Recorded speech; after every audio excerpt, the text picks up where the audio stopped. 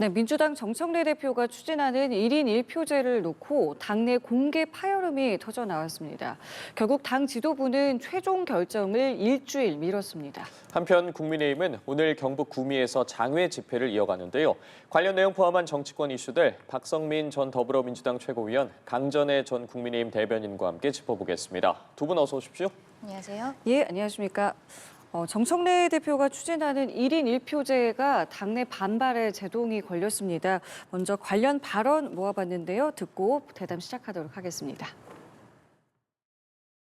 충분한 수기 과정 없이 단 며칠 만에 밀어붙이기 식으로 폐지하는 게 맞느냐 하는 문제 제기입니다. 더구나 왜 대통령 순방 중에 이렇게 이의가 많은 안건을 밀어붙이느냐. 1인 1표제 도입 등과 관련해서 당원들과 일부의 우려가 있기 때문에 그 우려를 감안해서 중앙위원회 소집을 당초 11월 28일에서 12월 5일로 일주일 연기하는 안에 대해서 예, 지금 보신 것처럼 어제 저렇게 공개적인 반박의 목소리들이 있었고 결국에는 그러니까 최종 의결 절차를 일주일을 미루게 된 게 현재까지의 상황인데요. 일단은 당내에서의 목소리가 상당히 좀 거센 것 같고 그래서 왜 지금 왜 이것을 이렇게 하려고 하느냐라는 것에 대해서 정청래 대표가 왜 하려고 하는 것에 대해서 이게 연임을 위한 포석이 아니냐 뭐 이런 해석도 좀 나오는 것 같던데 지금 이 반발에 대해서 저희가 좀 어떻게 이해를 해야 되겠습니까? 일단은 제가 봤을 때는 1인 1표제라고 하는 큰 방향성과 목적지에 대해서는 크게 이견이 없는 것 같습니다. 다만 이 1인 1표제를 추진하는 어떤 과정상에 너무 지나치게 빠른 것 아니냐 혹은 대의원제라고 하는 것이 결국에는 좀 역사적인 의미를 가지고 있는 것이고 결국에는 권리당원이라고 하는 것이 지역별로의 이 어떻게 보면 그 비중도 굉장히 다른 상황이기 때문에 이렇게 1인 1표제로 가게 되면 예를 들면 당세가 비교적 약한 취약 지역이라든지 이런 곳에서는 그 권리 당원들의 표심 자체가 많이 반영되지 않는 그러니까 지역 간 불균형이 발생할 우려가 있어서 그 보완책으로 존재했던 대의원제가 있는 것인데 그 취지 자체를 좀 훼손하는 것 아니냐 혹은 그런 우려에 대해서 어느 정도의 보완책을 내놓으면서 이 부분을 진행해야 되는 것 아니냐 그러니까 이른바 1인 1표제 플러스 알파가 필요한 것 아니냐라는 얘기가 당내에서 나오고 있는 것이라고 생각을 하고요. 그렇기 때문에 그럼에도 불구하고 1인 1표제를 추진을 하지만 그 과정에서 분명히 이 지역별로 할당을 하거나 보완을 하거나 하려는 보완책은 이미 기존제한다라는 게 정청래 대표 측의 입장이기도 합니다. 근데 여전히 그 부분으로는 예를 들면 특위를 꾸린다든지 아니면 각급 위원회에 포지션을 할당해서 이제 배분을 한다든지 이런 부분들로 충분치 않다라고 보는 움직임이 있어서 어떤 정청래 대표의 연임에 대한 포석이 아니냐라는 얘기를 하기에는 사실 전당대회 자체가 워낙에 많이 남았고 오히려 그 앞전에 지방선거를 잘 준비해야 하는 상황이기 때문에 거기까지에 대한 우려가 있는 것 같지는 않고요. 1인 1표제에 대한 취지는 공감하지만 그 방식이나 속도가 너무나 빠르고 거칠다라는 데 대한 문제제기 때문에 숙고의 시간을 일주일 정도 더 갖자라고 결론이 난 것으로 보입니다. 그러니까 결국에 방향성의 문제라기보다는 절차나 과정의 문제다라고 말씀을 해주셨는데 공감하십니까? 그런 걸 넘어서서 저는 결국 민주당 내에서 포스트 이재명이라는 뚜렷한 인물이 보이지 않는 상황에서 계파 갈등이 본격화되고 있는 것이 아닌가라고 생각을 합니다. 이번 사건 이전에도 어떻게 보면 정청래 대표가 전당대회 과정에서 박찬대 후보와 서로 맞붙은 상황에서도 박찬대 후보가 친명계로부터 지지를 받고 있다는 이야기들이 있었고 정청래 대표 같은 경우에는 그 당시에 인천에서 김어준 씨가 굉장히 큰 행사를 했었거든요. 거기에 정청래 후보만 갔었고 또 문재인 전 대통령도 오는 모습들이 있었습니다. 그리고 최근에는 잊혀지고 싶다더니 문재인 전 대통령이 유튜브를 시작하는 모습들도 본격화되고 있거든요. 결국에는 이재명 대통령이 대통령까지 가기는 되었습니다만 민주당 내에서 순혈, 적자 이런 것이라고 보기는 어려웠던 상황에서 조금은 이르게 내부의 권력 싸움이 있는 것이 아닌가 이러한 생각이 드는 부분들이 있습니다. 이현주 의원이 여기에 대해서 최고위 회의에서 문제 제기를 했다는 것도 저는 의미가 있다고 생각하는 것이 지난 총선 과정에서 민주당으로 영입이 되었는데 그때 정성호 현 법무부 장관이 역할을 했었다라는 것이 드러났었고 그렇다면 이현주 의원이 저렇게 이야기를 하는 것이 대통령실의 의중이 아니냐라는 생각까지도 들 수 있는 부분이거든요. 결국 대통령 순방 뉴스는 완전히 묻혀지고 지금 이런 형태로 민주당의 내부 갈등만 폭발하고 있는 것이 당원들에게도 굉장히 혼란스러운 시기가 되지 않을까 싶습니다.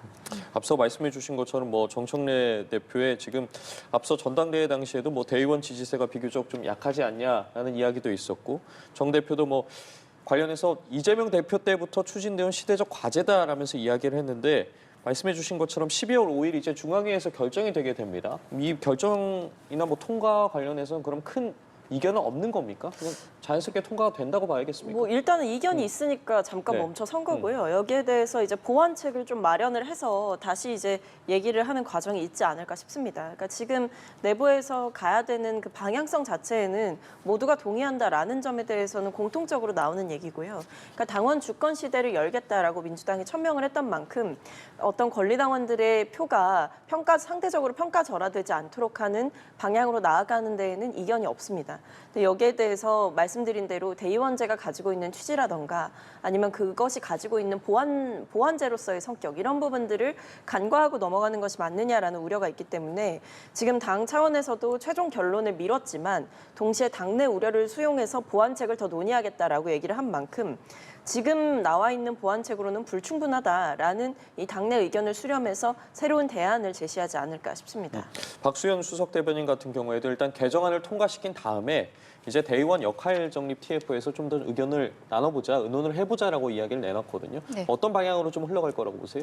결국에는 이제 영남이라든지 민주당 쪽에서 많은 분들이 계시지는 않은 당원도 많지 않고 그리고 배지도 거의 없는 지역에 대해서 어떻게 배려할 것이냐에 대한 문제들이 지금 나오고 있는 건데요. 이게 순서가 저는 바뀌었다고 생각을 합니다. 여기에 대해서 배려할 수 있는 방법에 대해서 먼저 당원들께 양해를 구하고 그리고 당원 당규의 개정 관계를 진행했어야 되는 것이 아닌가라는 생각이 들고 그래서 이 속도전에 대해서 많은 분들께서 우려를 하고 계신다고 생각을 하거든요.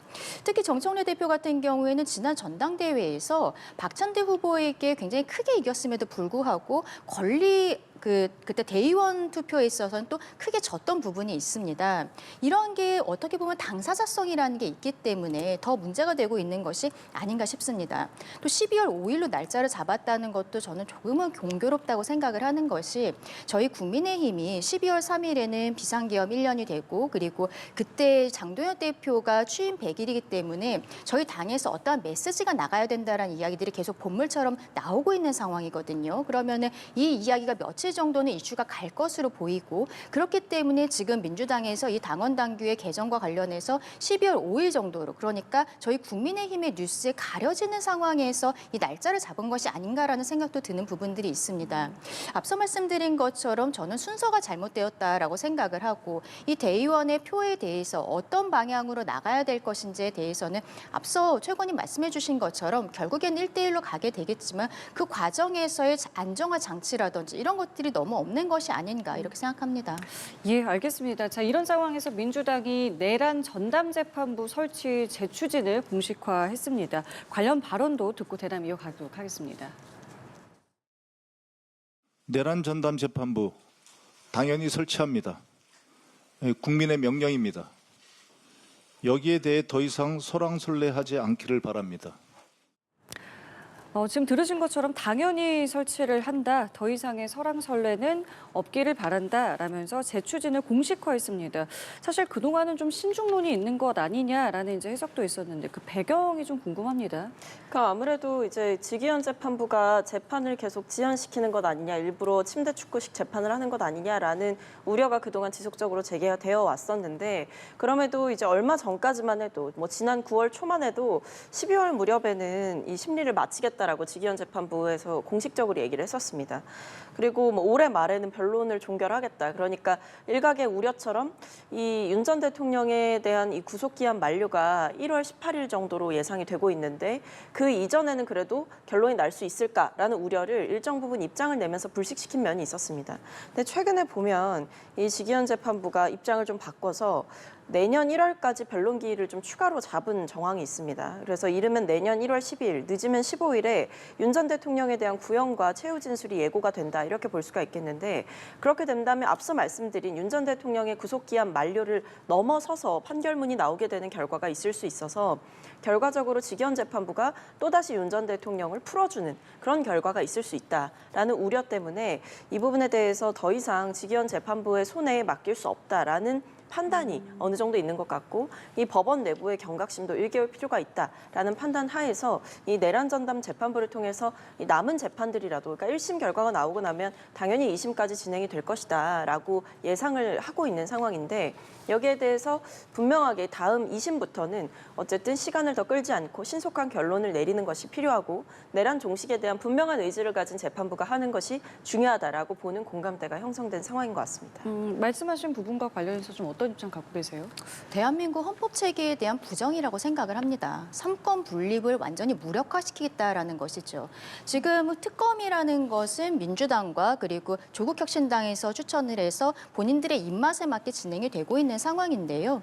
결국 재판부는 그렇지가 않은 상황이니까 특히 최근에 영장이 기각되는 일들이 잦다 보니까 이렇게 본인들의 입맛에 맞는 판사들로 새롭게 사법부를 꾸리겠다라는 저는 야욕이 있다라고 생각을 합니다. 결국에는 내란 전담 재판부, 특별재판부라고도 표현을 했었는데 표현이 어떻던지 간에 이게 추천을 한다는 이 시스템 자체가 위헌 논란들이 있는 것이거든요. 그리고 민주당에서는 이것을 해야 되는 이유가 재판을 신속하게 해야 된다라고 이야기를 하고 있습니다. 근데 지금이 11월이거든요. 근데 이 추천을 어떻게 할지도 정해져 있지 않은 상황에서 이 특별재판부를 꾸리고 그리고 그 이후에 이 새로운 재판부에서 기록 검토를 시작하게 된다면 굉장히 오랜 시간이 걸릴 수밖에 없어요. 그리고 윤석열 전 대통령을 비롯한 피고인들 같은 경우에는 위헌 논란에 대해서 헌법재판소에서 한번 판결을 받아보자 이렇게 주장할 가능성이 굉장히 높습니다. 그럼 이것은 차일피일 더 미뤄질 수밖에 없는 거거든요.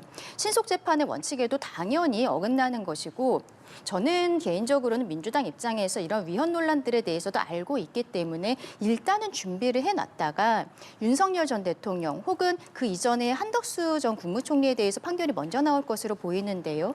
그 판결이 본인들의 입맛에 맞지 않는 경우에 그때 본격적으로 시작을 하게 되지 않을까라고 생각을 합니다. 다시 한번 말씀드리지만 이것은 대한민국 삼권분립 원칙에 굉장히 위배되고 있다. 굉장히 위험한 발상이다라고 다시 말씀드립니다. 알겠습니다. 한편 연일 이재명 정부와 민주당 때리기에 나선 국민의힘이 이번에는 당의 단합을 강조했는데요. 관련 발언도 준비해봤습니다. 듣고 대담 이어가 보겠습니다. 우리가 줄어들어서 우리끼리의 싸움을 하기 전에 당당하게 나서서 이재명과 민주당과 싸워야 된다고 생각합니다. 꼭 필요한 싸움입니다. 네. 들으신 것처럼 장동혁 대표 당의 단합을 가장 먼저 강조를 하고 나섰습니다. 최근에 이제 비상계엄 1년을 앞두고 당 지도부의 강경 노선에 대해서 여러 가지 이야기가 나온 상황에서 좀 내부 단속을 하고 있다라고 봐야겠습니까? 어떻게 좀 바라보고 계세요? 그러니까 아무래도 장동혁 대표의 리더십이 흔들리고 있는 상황이다 이렇게 볼 수 있을 것 같습니다. 사실 최근에 장동혁 대표가 연일 강경한 발언들을 이어왔죠. 예를 들면 이미 사실 취임하고 나서부터 윤 전 대통령 면회를 갔을 때에도 당내에 반발이 있었던 것이고 그 뒤에도 최근에는 우리가 황교안이다라는 발언에 대해서도 비판이 있었던 것이고 이른바 이제 지역을 돌면서 순회하면서 일종의 장외 투쟁 비슷하게 행동을 하고 있는 그런 부분에 대해서도 좀 납득하기가 어렵고 공감하기가 어렵다라는 당내의 우려의 목소리. 그러니까 이게 결국 지방선거가 다가오면서 선수들이 뛰어야 되는 상황인데 이게 애초부터 결국 또다시 윤 전 대통령과 절연하지 못하는 모습을 보인다거나 아니면 부정선거 혹은 윤어게인을 주장하는 세력들과 어떻게 보면 연대를 시사하는 발언들이 당내에서 이렇게 나오고 있다는 것 그리고 장동혁 대표 역시도 그에 손발을 맞추고 있다는 것부터가 이 당내에서는 당연히 불만과 우려가 나올 수밖에 없는 부분이고 실제로 지지율의 면에서도 민주당을 아무리 비판을 하고 이재명 정부를 비판을 한다라고 하더라도 사실상 지금 보여지는 지표로만 봤을 때 국민의힘의 지지율은 그 당시 불법 비상계엄이 있었을 때와 별반 다르지 않다라는 냉정한 평가가 있는 상황입니다. 이런 전략이 잘못됐다. 장동혁 대표가 지금이라도 전략을 수정해야 된다라는 비판의 목소리가 있으면서 장동혁 대표의 리더십이 흔들리고 있는 상황이다 보니 장 대표가 최근에 보면 이 중진 의원들을 만나서 일종의 설득을 하려고 하고 이것은 우발적인 실수의 발언이 아니라 지금 있는 발언들은 다 전략적인 행보다라는 취지의 이야기들을 한 것으로 알려지고 있지 않습니까? 그렇기 때문에 결국 장동혁 대표가 단합을 강조한다라고 하는 것은 본인의 노선이 의심을 받고 어떤 전략들이 비판을 받고 있고 그러다 보니까 본인의 리더십이 흔들리고 있는 상황이기 때문에 여기에 대해서 내부 단속에 나선 걸로 보입니다. 전략의 수정이 필요한 게 아니냐라고 말씀해 주셨어요. 실제 지금 이루어지고 있는 행보에 대해서 어떻게 보고 계세요? 일단은 저희가 외연 확장에 대해서 신경을 써야 되는 상황은 맞습니다. 그런데 외연 확장을 하기 전에 일단은 당 내 단합이 굉장히 중요한 것이죠. 당이 하나가 되어야 그 다음에 밖으로 나갈 수 있는 것 아니겠습니까?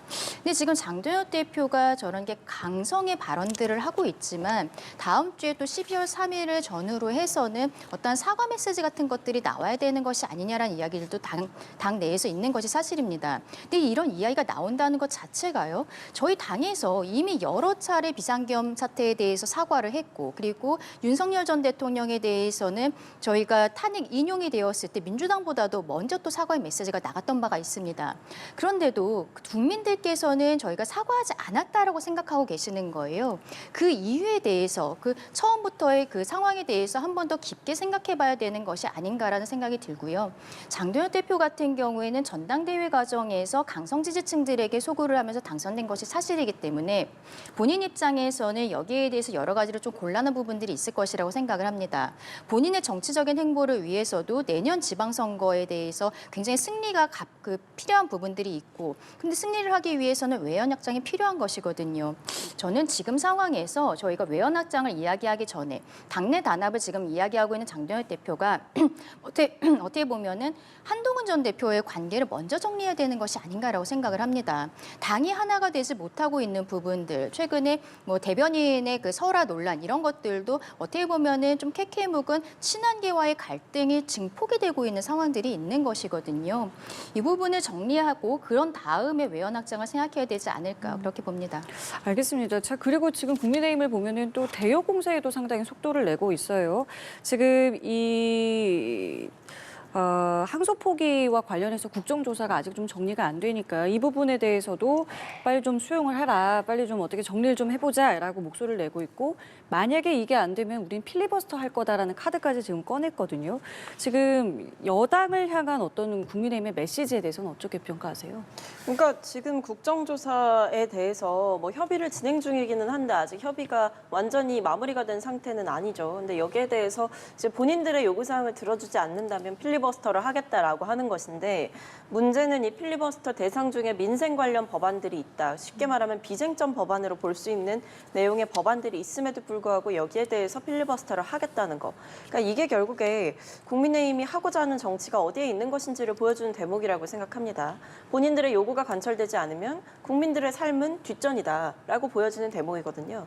그렇기 때문에 지금 상황에서 국민의힘이 계속 민주당을 압박하려고 하고 민주당을 향해서 계속해서 비판의 메시지를 내지만 결국 국민들께서 보실 것은 민생 법안 처리가 급한 와중에도 여기에 대해서 필리버스터를 하겠다. 그런 메시지까지 불사하고 나온다라는 점에 대해서 국민의힘의 지향점이 어디 있는가 그리고 우선순위가 어디에 있는가를 냉정하고 현명하게 판단하실 것이라는 생각이 들고 뭐 여기에 대해서 항소포기 국정조사를 수용하라라는 것도 저희가 국정조사 하겠다는 거고 다만 이 대상에 대해서도 뭐 민주당 측에서 보고 있는 각도와 국민의힘에서 보고자 하는 각도가 좀 다르긴 합니다만 여기에 대해서도 어쨌든 열어놓고 대화를 하고 있는 상황인 거거든요.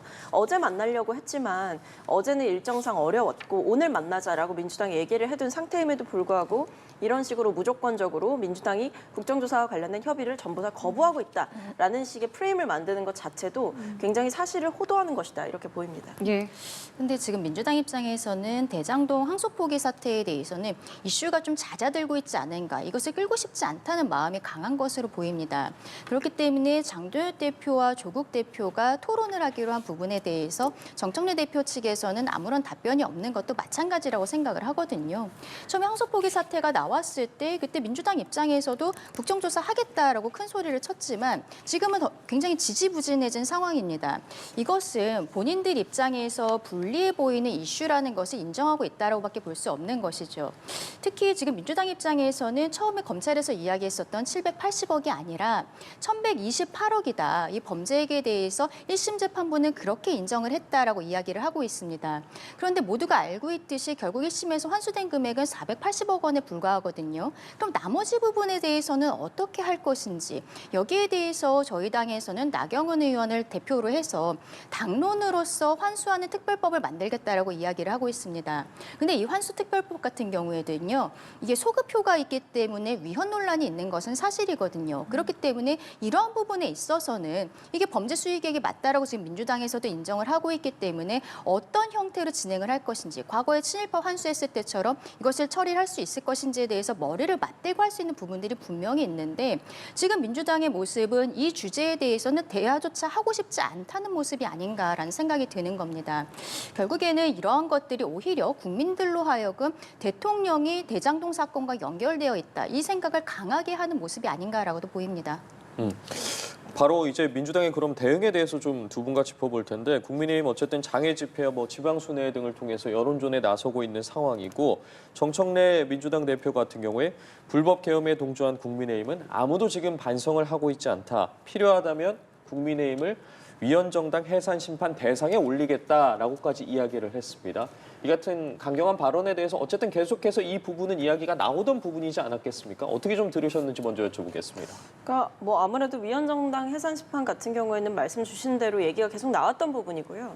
왜냐하면 아무래도 이제 추경호 전 원내대표 같은 경우에도 윤 전 대통령으로부터 비상계엄 선포 직후에 전화를 받고 의원들의 이 결집 장소를 국회의장의 요청이 있었음에도 불구하고 국회에서 당사 이렇게 계속 바꾸는 일이 있었다 보니까 결국에 국민의힘에서 뭐 국회에 있었음에도 이 계엄 해제 표결에 참여하지 않은 의원들도 있었고 여러 면에서 이게 결국에 국민의힘 내부에 윤 전 대통령의 이 불법 비상계엄에 공모하고 가담했던 인물들이 있는 것 아닌가 혹은 뒤늦게 알게 됐다라고 하더라도 그것을 성공시키기 위해 노력했던 인물들이 있던 것 아닌가라는 의심이 이어지고 있는 상황이고 그것이 사실이라고 한다면 사실은 내란에 대해서 예비 음모 그러니까 뭐 어떤 실제로 실행시키지 않았어도 그 부분에 대해서 꾸미기라도 했었다면 정당이 해산됐던 그런 전례가 있다 보니까 실제로 가담했다라고 한다면 그리고 주요 임무에 종사했다라고 한다면 정당 해산을 피할 수 없다라고 보여지고요. 근데 그것과 별개로 지금 저는 중요한 부분은 아무도 반성하고 있지 않다. 이 부분이 좀 더 중요한 것 같습니다. 정확히는 지금 당의 지도부의 입장을 보게 되면 이 장동혁 대표가 이미 윤 전 대통령을 면회하고 온 것만으로도 접견하고 온 것만으로도 사실상 그 당의 노선 자체가 윤 전 대통령의 행동에 대한 어떤 철저한 반성과 사죄 그리고 완벽한 절연보다는 여전히 윤어게인 세력이라든지 부정선거 세력들 윤 전 대통령의 계엄이 잘못됐지 않았다라고 옹호하는 세력들과도 여전히 함께 가려고 한다라는 그런 대목들이 보여지고 있는 상황이라 아마 이런 부분들이 저는 오히려 장동혁 대표가 12.3 비상계엄이 선포된 지 곧 1년이 됩니다. 그 1년이 다가오면 다가올수록 마치 시한폭탄처럼 그 리스크를 짊어지고 있는 것이다. 명확하게 입장을 표명하지 않는다면 정말 국민들께서 주신 마지막 기회를 날리게 될 것이다. 이렇게 보고 있습니다. 이 반성이라는 단어가 민주당 입에서 계속해서 네. 나오고 있는 상황입니다. 그렇죠. 앞서도 말씀드렸습니다만 저희 당 차원에서 여러 차례 사과가 있었음에도 불구하고 민주당뿐만이 아니라 국민들께서도 저희의 사과가 부족하다라고 보신다는 것은 저희 국민의힘에서도 알고 있는 부분들입니다. 여기에 대해서 그러니까 다음 주에 12월 3일을 전후로 해서 지도부의 입장이 나와야 된다라고 이야기를 하는 것도 역시 지금 지도부가 강성적인 발언들이 여러 차례 나오고 있는 것이 사실이거든요. 짚어주신 것처럼 윤석열 전 대통령에 대한 면회 같은 경우에는 뭐 전당대회에서 이미 이야기한 바가 있다라고 하더라도 그 이후에 우리가 황교안이다 이런 표현들이 물론 그때 황교안 전 대표가 뭐 영장이 갑자기 발부가 되고 그리고 그때 구속영장 같은 경우에는 또 기각이 됐거든요. 이러한 부분에 대해서 문제 제기를 하는 과정에서 하는 이야기라 하더라도 중도층에 계신 국민들께서 보시기에는 눈살이 찌푸려질 수밖에 없는 발언이었다라고 생각을 합니다. 이 부분에 있어서는 신동욱 최고위원도 다시 한번 사과의 메시지가 12월 3일 전 견으로 나와야 된다라는 입장을 표력하는 것을 보면은 당내에서 여러 가지 의견들이 있고 장동혁 대표가 이것을 잘 받아들여서 저희 국민의힘이 이번 지방선거를 넘어서서 지속 가능한 정당으로서 갈 수 있는 방향성에 대해서 국민들께 말씀드리는 자리가 되어야 되지 않을까 생각합니다. 알겠습니다. 자, 그리고 헌법 존중 정부 혁신 TF와 관련해서 두 분의 생각을 좀 여쭤보겠습니다. 그러니까 이게 개엄 당시에 이제 협조한 의혹이 있는 이제 공직자들에 대해서 조사를 하기 위한 어떤 TF인데 김민석 총리가 이런 이야기를 했어요.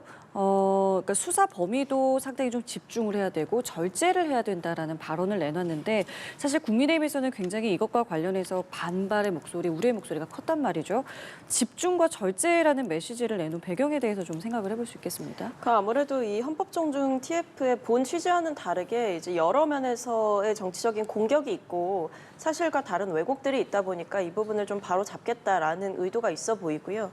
그 외에도 아무래도 이제 공직사회 내부에 동요가 있을 수밖에 없지 않겠습니까? 뭐 이 대상이 어디까지로 퍼져 나갈 것인가, 혹은 뭐 휴대폰을 제출한다라고 하는데 뭐 사실은 실제로 들여다보게 되면 본인의 동의 없이는 핸드폰을 마음대로 볼 수는 없는 상황이고 그 부분은 분명히 명시가 되어 있음에도 불구하고 이런 부분들에 대해서 사실관계가 많이 다르게 전파가 되고 그리고 실제로 뭐 여러 가지 제보를 받는 과정에서 좀 어떤 무고한 피해자가 생겨나는 것 아니냐라는 우려도 내부적으로는 충분히 있을 수가 있는 거죠. 그러다 보니까 절제가 필요하다라고 하는 것은 무분별하게 모든 걸 다 해집겠다라는 것이 아니라 이제 곧 인사에 반영을 해야 되는 시즌이거든요. 그러니까 이제 신년이 다가오게 되면 누구를 승진시킬 것인지 혹은 인사 고과를 어떻게 처리할 것인지 이런 것들이 중요한 시점인데 내란에 조금이라도 가담했거나 혹은 동조했거나 조금이라도 방조했거나 하는 사람들이 있다라고 한다면 그 부분에 대해서는 확실하게 책임을 좁혀서 물어야 된다라는 것입니다. 그런 본 취지가 훼손되지 않도록 무분별하게 해집는 방식 혹은 걸릴 때까지 털겠다라는 마구잡이식 방식 이런 방식들은 하지 않겠다라는 정부 차원의 의지, 그것도 국무총리의 의지를 직접 밝히게 된다면 이 헌법 존중 TF의 본 취지대로 굴러갈 수 있는 그런 방향에 조금 더 가까워지기 때문에 이런 말씀을 공개적으로 하신 것 같습니다. 그러니까 의지도 보여주고 취지를 다시 한번 좀 살폈다라는 것인데 글쎄 이 TF의 가동에 대해서 좀 어떻게 보시고 이 의지와 취지대로 좀 잘 될 거라고도 생각을 하시는지 궁금합니다. TF 같은 경우는 헌법 존중이라고 이야기를 하고 있습니다만 헌법 파괴 TF라고 봐야겠죠. 결국에는 본인들의 입맛에 맞는 사람을 줄 세우기 그리고 충성 경쟁을 하기 위한 것이다라고 생각을 합니다. 총리께서는 절제라는 표현을 하셨어요. 예, 예. 그러면은 최소한도로 그러니까 지금 민주당에서 이야기하고 있는 내란 행위에 가담을 한 사람들에 대해서만 징계하겠다 이런 형태로 이야기를 하고 있는데 간단합니다. 그런 사람들 같은 경우는 바로 고발 조치를 하면 되는 거예요. 그래서 수사기관에서 처리를 하면 되는 것입니다. 그럼에도 불구하고 제보라는 것을 받으면서 서로 공무원 사회에서 서로가 서로를 믿지 못하는 분위기를 만들고 제보를 지금 익명성을 보장해주겠다라고 이야기를 하고 있거든요. 뭐 좋은 취지로 볼 수도 있겠습니다만 반대로 보았을 때는 제보를 한 사람과 TF 여기밖에 모른다는 거예요. 그렇다면은 이 제보가 들어온 것 중에서 본인들과 원래 같이 했었던 사람들에 대한 것이 들어오면은 묵살을 할 수도 있는 것이고 그리고 본인들이 마음에 들지 않는 사람에 대해서는 적극적인 조사가 이루어질 수도 있겠다라고 생각을 합니다. 그리고 이 TF의 문제는 시기에 대해서도 얘기를 안 할 수가 없는 것이 적폐청산 TF 문재인 정부 때 했었던 것에 대해서 국민들께서 굉장히 필요해하셨던 것들을 민주당과 지금 정부에서도 알고 있기 때문에 설 전에 마무리를 하겠다라고 이야기를 하고 있거든요. 근데 여기에 대해서 믿을 수가 없습니다. 지금 민주당과 정부는 양치기 소년 같다고 생각을 하는 것이 특검이 처음에 시작할 때 특검이라는 것은 법으로서 기간이 정해져 있기 때문에 괜찮습니다. 이 안에 다 끝날 수 있습니다. 그래서 검찰보다 특검이 오히려 빠르게 끝날 수 있습니다라고 국민들을 설득했던 이유였어요. 근데 지금 보면은 특검도 법안을 계속 늘려가는 형태로 하고 그리고 핵심으로 가기보다는 변죽만 울리고 있는 것이 아닌가. 최근에 영장이 계속 기각되고 있는 것들을 보아도 그런 생각이 들지 않을 수가 없는 것입니다. 그러면 설 전에도 이 75만 명의 공무원들에 대해서 다 조사가 끝나지 않았다라는 이야기를 하면서 기간을 계속 늘리겠다라고 이야기할 수도 있는 거거든요. 결국에는 이 부분에 있어서는 많은 국민들께서 우려하시는 부분에 있어서 정부와 민주당이 다시 한번 섬세하게 봐야 되지 않을까라고 생각합니다. 네, 김민석 총리의 발언 조금 더 짚어보겠습니다. 민주당 차기 당대표 도전 가능성을 묻는 질문에 임명권자가 있기 때문에 이 총리의 다음 행보에 대해서는 마음대로 되는 게 아니다라고 언급을 했습니다. 그러면서 덧붙인 이야기가 자신이 뭘 하고 싶다고 얘기하는 게 좀 선을 넘는 이야기고 전체적인 국정의 흐름 속에서 하는 것이다라고 이야기를 했는데 전체적인 국정의 흐름, 결국에는 뭐 어떤 부분은 닫혀 있지만 결국 모든 부분이 또 열려 있다라고도 봐야 되지 않겠습니까? 이 국정의 흐름 어떻게 해석해야겠습니까? 사실상 이제 본인에게 선택권이 없다라는 얘기를 한 거죠. 그러니까 결국에는 임명권자가 있기 때문에라는 말은 본인이 이제 임명을 받았다라는 그 자리에 충실하겠다라는 거고, 대통령의 국정 운영을 뒷받침하고 그리고 행정부를 통할하는 사람으로서의 직책에, 현재의 직분에 좀 더 충실하겠다라는 의지가 있는 것으로 보이고요. 다음 행보를 선택하고 설계해서 그것을 대통령에게 통보할 만한 그런 상황이 아니다라는 점을 인지하고 계신 것 같습니다.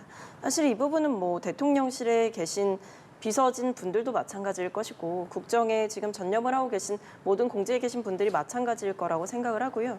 사실 지금 상황에서 김민석 총리에게 다음 플랜이 뭐냐라고 묻는 것은 무의미한 질문이고, 그리고 김민석 총리께서도 본인이 그 부분을 어디까지 그려갈 수 있는지에 대해서도 아마 애매하다라고 생각을 하실 겁니다. 왜냐하면 본인의 직분 자체가 대통령과 함께 국정 운영을 하고 있는 상황이기 때문에 이 부분에 있어서 자발적으로 나는 이때까지만 총리직을 하고 그 뒤에는 총리직을 던지고 그 다음에 어디로 가겠다, 이런 얘기를 할 수 있는 환경이나 직분이 아니다, 이렇게 보입니다.